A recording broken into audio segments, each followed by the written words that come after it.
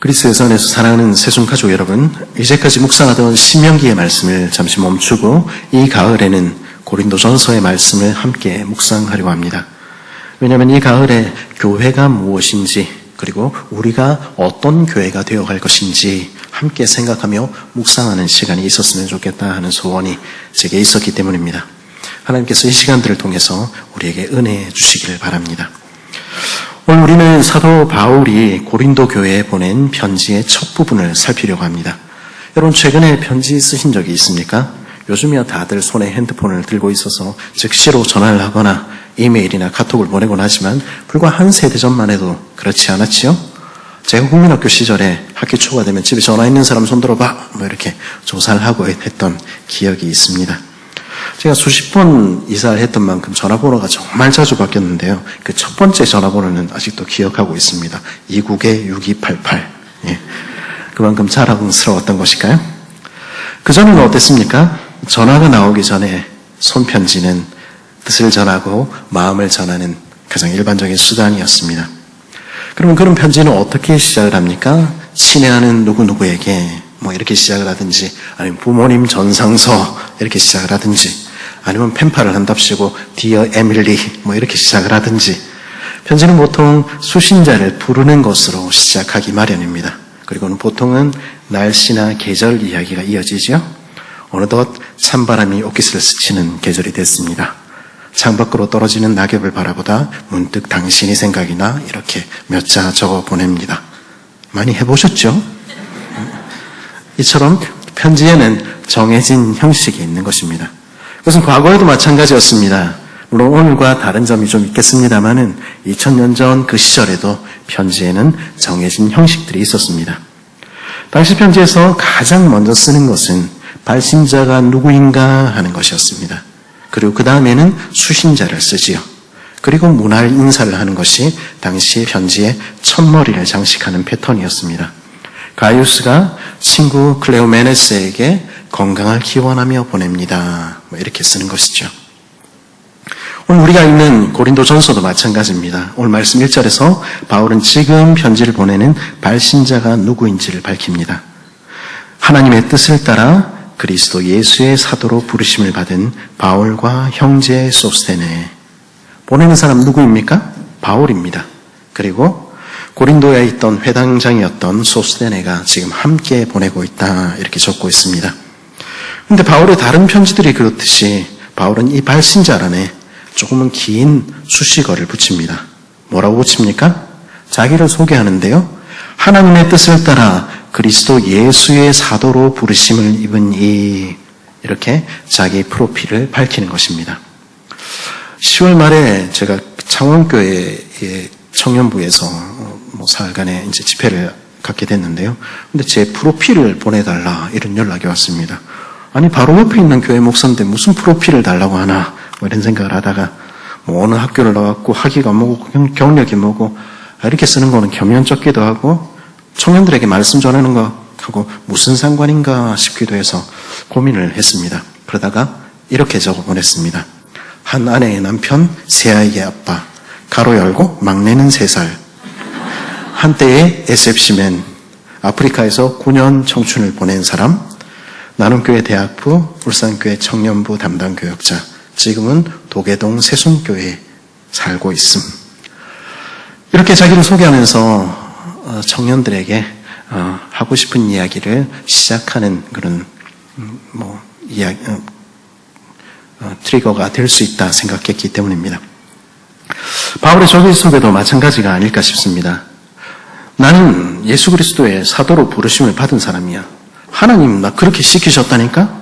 지금 바울은 이 소개를 통해서 자기를 자랑하고 있는 것입니까? 그렇지 않습니다. 바울도 이 자기소개를 통해서 그의 성도들에게 하고 싶은 이야기 하는 것입니다. 몇 차례 말씀을 드렸습니다마는 사도라는 말은 보내심을 받은 자라는 뜻입니다. 사도는요, 선지자와 마찬가지로 어떤 지위나 계급을 나타내는 말이 아닙니다. 그야말로 보내심이다 전할 메시지를 들고 온 심부름꾼 이런 뜻입니다. 그러면 그리스도 예수의 사도라고 자기를 소개하는 바울은 무슨 이야기를 하는 것입니까? 그리스도 예수께서 너한테 꼭 하고 싶은 이야기가 있대. 그래서 그 말씀을 내게 주셨고 나를 보내셨어. 나는 그것을 너에게 전달하도록 보냄을 받았는데 내가 도무지 지금 갈 수가 없네. 그래서 이 편지를 당신에게 씁니다. 이 속에는 그런 의미가 담겨 있는 것이죠. 그래서 바울은 이 편지를 보내기 위해서 많은 애를 썼습니다. 이 고린도전서 편지 한 통 쓰는데 필요한 파피루스를 사기 위해서 열흘을 꼬박 일해야 했을 것입니다. 종이값이 지금 돈으로 하면 100만 원도 넘는 것이죠. 그리고 배편을 든 돈을 벌기 위해서 또 다른 열흘을 꼬박 일해야 했을 것입니다. 그래서 몇 주에 한 번 있는 배편으로 한두 주를 걸리는 바다를 건너 직접 사람을 보내는 것입니다. 주님이 하시고 싶은 이야기 전하기 위해서 주님의 이야기가 그들의 마음에 전해지도록 바다를 건너 이 편지를 띄워 보내는 것이죠. 이 편지가 오늘 우리에게 전해지기 위해서는 더 많은 수고가 필요했을지 모르겠습니다. 말씀을 준비하다가 어린 시절 읽었던 계몽사 에이브 시리즈의 윌리엄 틴데일에 관한 책이 생각이 났습니다. 윌리엄 틴데일이라는 사람, 어떤 사람입니까? 이 사람은요, 영어로 성경을 번역하여 사람들에게 전해주기를 소원했던 사람입니다. 그 결과가 어떻게 됐습니까? 이 사람은 사로잡혀서 산채로 화형을 당했던 것입니다. 그런 수고와 고난을 통해서 이 편지가 2000년 뒤 오늘까지 우리에게 전해진 것입니다. 그러면 그렇게까지 해서 편지를 전해야 되는 이유가 무엇입니까? 그 이유는 주님이 우리에게 꼭 하고 싶은 이야기가 있었기 때문입니다. 우리가 주님의 음성을 듣기를 주님은 간절히 원하셨기 때문입니다. 그래서 바다를 건너 시간을 넘어 이 편지를 우리에게 전하신 것이죠. 이 사실을 생각하고 이 편지를 한번 다시 보십시오. 그러면 성경이 달리 보일 것입니다. 그러면 우리도 조금은 마음을 열고 이 주님의 이야기에 귀를 기울여야 하지 않을까요? 우리 교회에서는 학습을 받는 분들에게는 신약 성경을, 그리고 세례를 받는 분들에게는 성경 전체를 한 번 읽도록 권유하고 있습니다. 하지만 그분들만 읽어야 되는 게 아니죠. 우리 모두가 말씀을 읽어야 하는 것입니다. 성경을 펴고 천천히 한 절 한 절 묵상하며 읽어보십시오. 그러면 여러분을 향해 말씀하시는 하나님의 세미한 음성을 듣게 될 것입니다. 이 가을이 우리 모두가 마음을 열고 하나님의 편지를 읽는, 하나님의 음성을 듣는 그런 계절 되기를 간절히 바랍니다. 1절에서 발신인이 누구인지를 밝힌 바울은 이어지는 2절에서 편지를 받는 수신인이 누군지를 밝힙니다. 우리 2절 한번 같이 읽어볼까요? 시작. 고린도에 있는 하나님의 교회 곧 그리스도 예수 안에서 거룩하여지고 성도라 부르심을 받은 자들과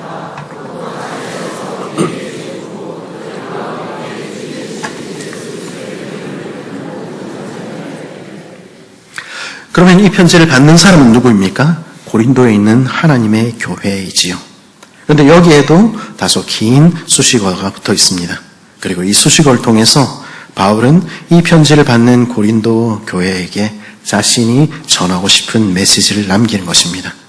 그 성도들에게 교회가 무엇인지, 그리고 교회가 누구여야 하는지 짧지만 그러나 분명하게 전하는 것입니다. 오늘 2절을 직역하면 이렇게 됩니다. 하나님의 교회, 그리스도 예수 안에서 거룩하여진 이들, 고린도에 있는 이들, 성도로 부르심을 입은 이들, 모든 곳에서 그들과 우리들의 주님이신 예수 그리스도의 이름을 부르는 모든 이들과 함께 성도로 부르심을 입은 이들에게. 고린도에 있는 그들은 누구입니까? 교회는 무엇입니까? 그들은 무엇보다도 하나님의 교회인 것입니다.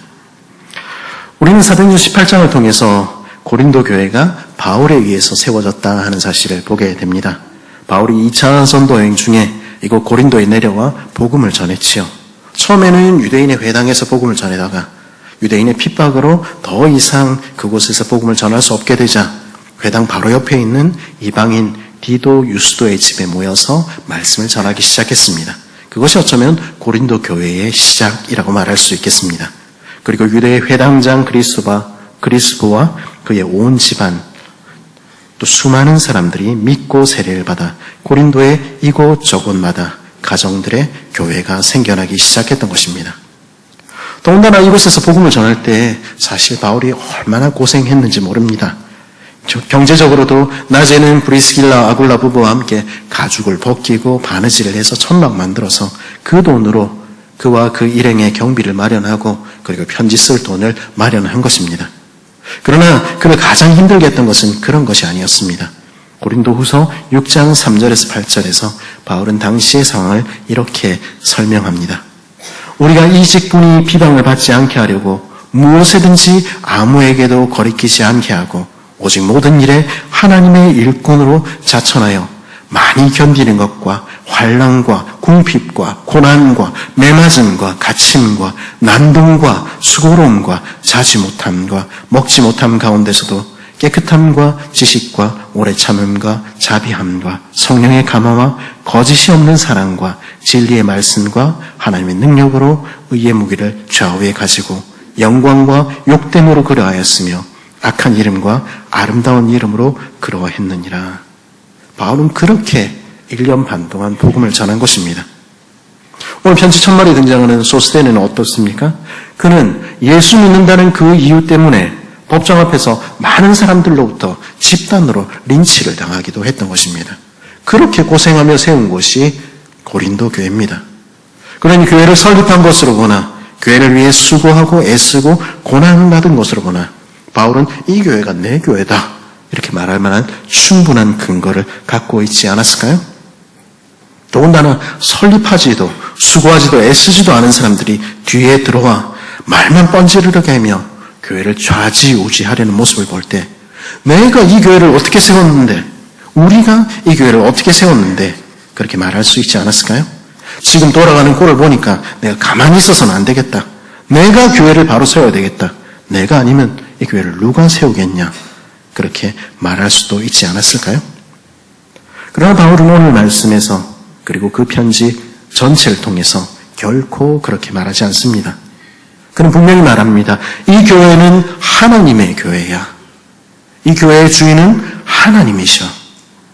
바울은 그 점에 있어서 결코 타협하지 않는 것입니다. 바울은 어떻게 그럴 수가 있습니까? 그것은 교회를 참으로 세우시는 분이 누구인지 알고 있었기 때문입니다. 바울은 씨앗을 뿌렸다는 사실을 부인하지 않습니다. 아볼로와 같은 사람들이 물 주었다는 사실도 부정하지 않지요. 그러나 한 가지 바울이 굳게 믿고 확신하는 것이 있었습니다. 그것은 하나님이 자라게 하지 않으시면 교회는 결코 세워지지 않는다는 사실이었습니다. 교회는 하나님께서 구원하셔서 각각 불러내신 이들로 모으신 이들, 그들로 세워지는 것이 교회라는 사실을 바울은 알고 있었던 것입니다. 우리 세순교회도 다양한 사람들로 모여있지요. 원래 창원에 계셨던 분 계시겠지만 의령이나 창녕, 함안이나 통영, 거제도, 서울, 대전, 대구, 부산, 그리고 멀리 완도나 광주, 충청도와 강원도에서 오신 분들도 우리 가운데는 있는 것입니다. 몇째 때 기독교 집안에서 자라서 예수님을 자연스럽게 알게 된 분도 있지만 어린 시절 친구의 전도를 통해서 믿게 되신 분, 혹은 수십 년 동안이나 교회 가자고 졸라내는 아내의 핍박에도 꿋꿋이 견디다가 가리 늦게 예수를 믿고 학습을 받고 지금 세례를 준비하고 있는 분들도 있는 것입니다. 그러나 우리 모두에게는 한 가지 공통점이 있습니다. 그것은 우리 모두가 그리스도 예수 안에서 거룩해진 이들이라는 사실입니다. 나는 죄인이었는데 그러나 예수 그리스도 때문에 나는 거룩한 하나님의 자녀가 되었습니다. 그 고백을 가진 사람들의 모임, 그곳이 교회라는 것이죠. 우리는 과거의 배경을 자랑하고 신분이 어땠는지를 자랑하고 혈통이 어떤지를 자랑하지만 사실 다 죄인이었습니다. 저도 죄인이었고 여러분도 죄인이었죠. 바울도 죄인이고 베드로도 죄인이고 아볼로도 모두가 다르지만 한 가지 공통점은 모두가 죄인이었다는 것입니다. 그러나 주께서 우리 한 사람 한 사람을 찾아오셨고 만나 주신 것 아닙니까? 갈릴리 바닷가로 베드로를 찾아오셨던 주님, 다메섹 광야에 바울을 찾아오셨던 주님, 죄인 마태의 세관으로 문둥병자와 죽은 이들의 집으로 죄인과 버림받은 인생들을 그들의 삶의 자리로 찾아오셔서 그들을 부르셨던 주님께서 우리가 어둠 속에 있을 때 우리의 자리에도 찾아오셔서 우리를 불러주셨던 것 아닙니까? 그리고 그분께서 우리 죄를 대신 지시고 돌아가시지 않았습니까? 우리가 죽어야 할 십자가에 그분이 달리셨고 우리가 흘려야 할 그 피를 예수님께서 대신 흘리시지 않았습니까? 그래서 우리 새 백성 되었고 자유인 된 것 아닙니까? 그런 이들을 하나하나 불러 모아 주님이 이 자리에 교회로 세우신 것입니다. 그 사실을 아는데 어떻게 우리가 마치 우리가 교회를 세운 것처럼 주장할 수가 있습니까? 우리 가운데 한 사람이라도 자기 죄의 문제를 스스로 해결한 사람이 있습니까? 우리 중 한 사람이라도 다른 사람의 죄의 문제를 대신 해결해 준 사람이 있습니까? 우리 중 누가 있어서 여기 하나님의 백성들을 거룩하게 한 이가 있습니까? 아무도 없는 것입니다. 그런데 우리가 교회가 마치 자기의 것인 것처럼 그렇게 생각할 수 없는 것입니다. 하나님의 교회를 내 힘으로 바르게 만들겠다 생각할 수도, 그래서 내 주장을 교회 위에 높이 들 수도 없는 것입니다. 이 교회는 주께서 그 피로 값주고 사신 하나님의 교회입니다. 이 사실을 깊이 기억하는 우리 되기를 바랍니다. 그래서 하나님만이 온전히 주인 되시도록 이 교회의 주인 자리를, 내 삶의 주인 자리를 주께 온전히 내어드리는 그런 우리 될 수 있기를 간절히 바랍니다. 바울은 이 편지를 받는 이들을 또한 누구라고 부릅니까? 고린도에 있는 이들 이렇게 부릅니다. 물론 고린도에 있는 교회에 편지를 썼으니까 고린도에 있는 이들 그렇게 불렀겠지요. 우리가 도계동에 있는 세순교회듯이 이 교회는 고린도에 있는 교회였지요. 그러나 그것이 바울이 말하고 싶어 한 전부였겠습니까? 바울은 곧바로 이어서 뭐라고 얘기합니까? 고린도에 있는 이들, 그런 다음에 성도라 부르심을 입은 이들 이렇게 부르고 있는 것입니다. 이들은 고린도에서 성도로 부르심을 입은 이들이라는 것입니다. 이 사실을 통해서 하나님 우리에게 무슨 이야기 하고 싶으신 것입니까? 우리는 세상 밖에 살고 있지 않습니다. 우리는 우리가 속한 시간과 공간 속에 사는 것입니다.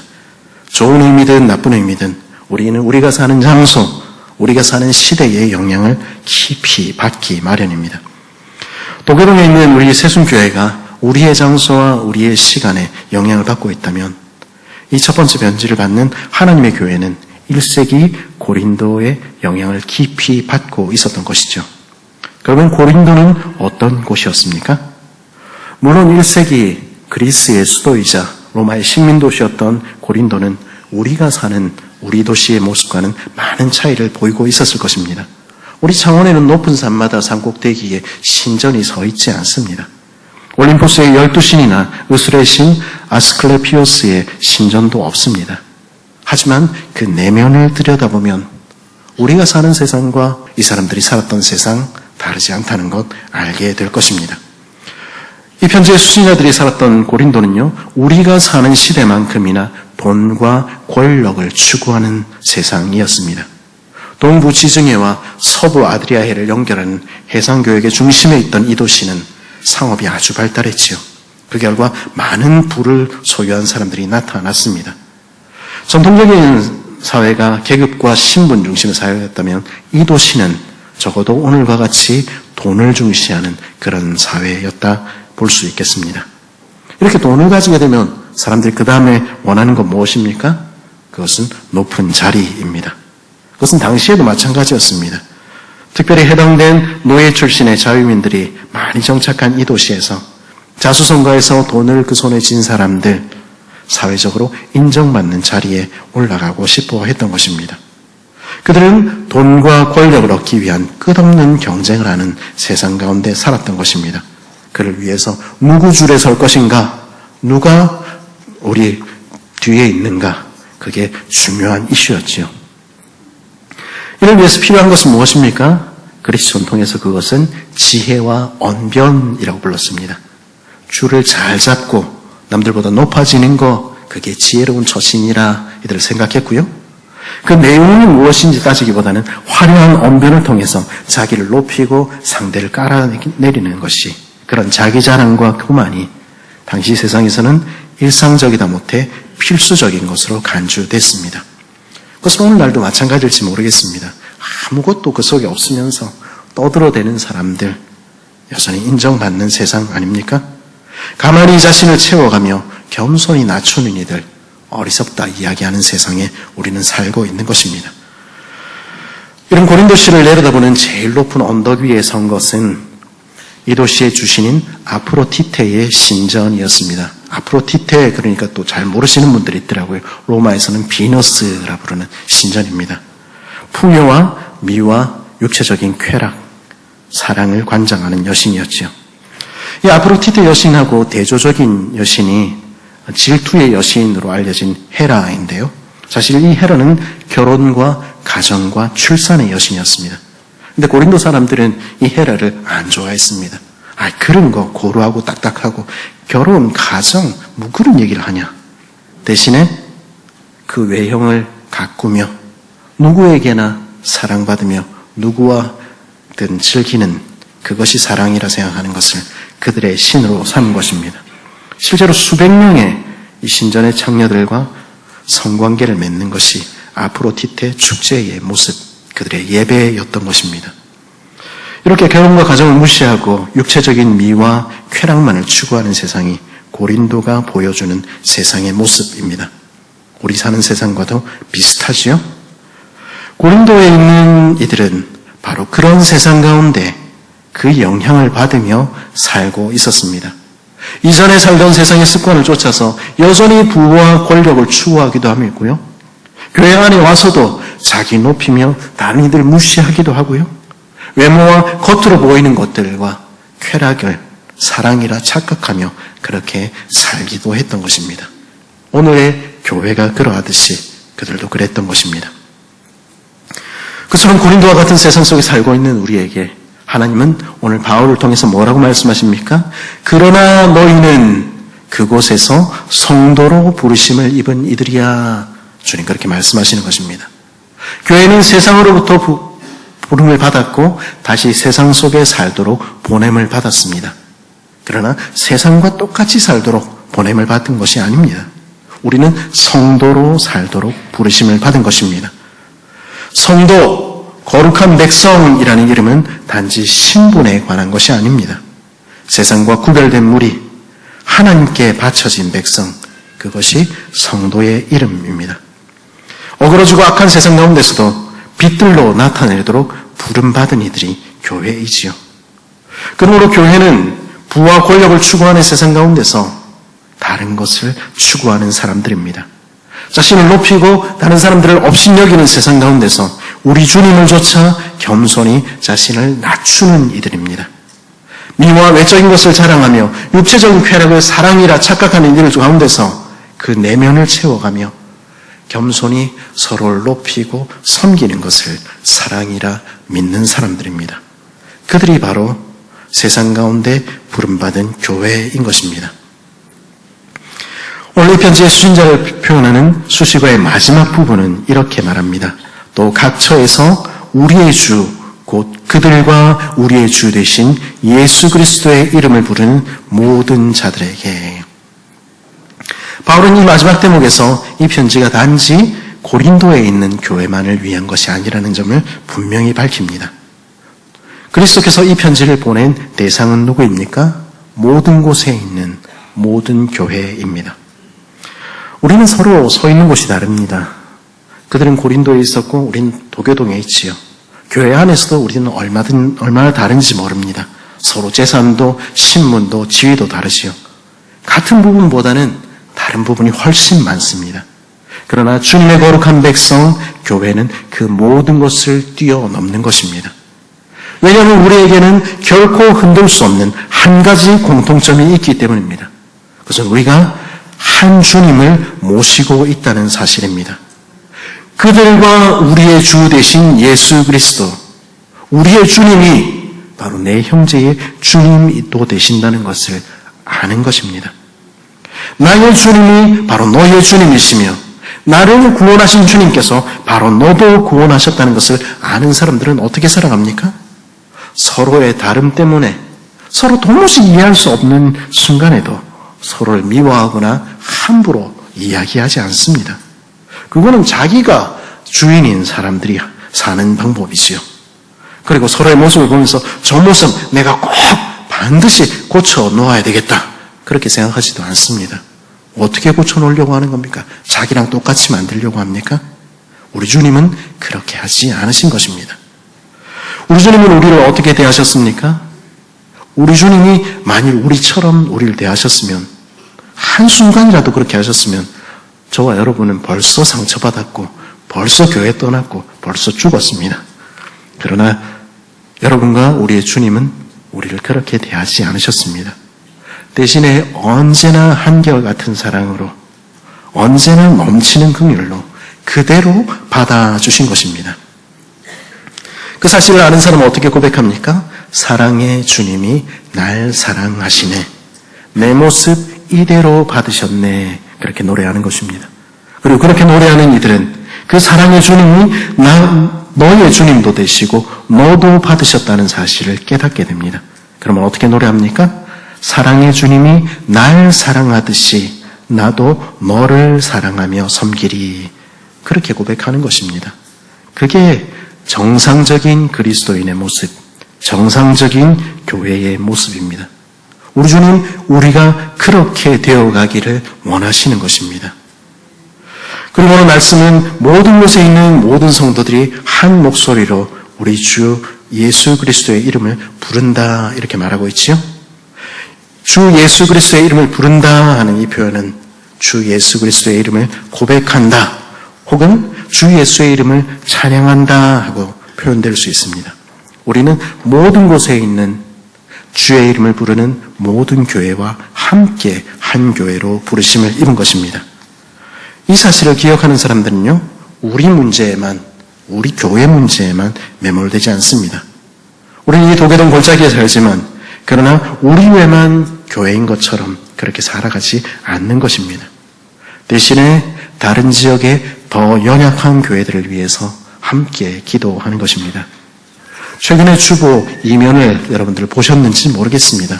매주 우리 교회가 후원하는 미자립 교회들의 상황과 그들의 기도 제목들이 올라오고 있습니다. 우리는 우리 세순교회가 우리 자신을 위해서 더 큰 건물들을 짓기보다는 연약한 교회들과 함께 지어져가는 교회 되기를 바라는 것입니다. 그리고 한 교회로 부르심을 입었다는 것을 고백하는 교회는 가까운 곳에 있는 교회뿐만 아니라 저 먼 외국에서도 주의 이름을 부르는 주의 백성들이 많이 일어나도록 그 일을 위해서 기도하는 시간을 확보하고 자신을 드리는 것입니다. 우리 각 순마다 선교사님들하고 연결되어 있지요? 그러나 이름만 연결되는 것 아니라 그들을 기억하며 그들을 위하여 기도하며 함께 동역하는 것입니다.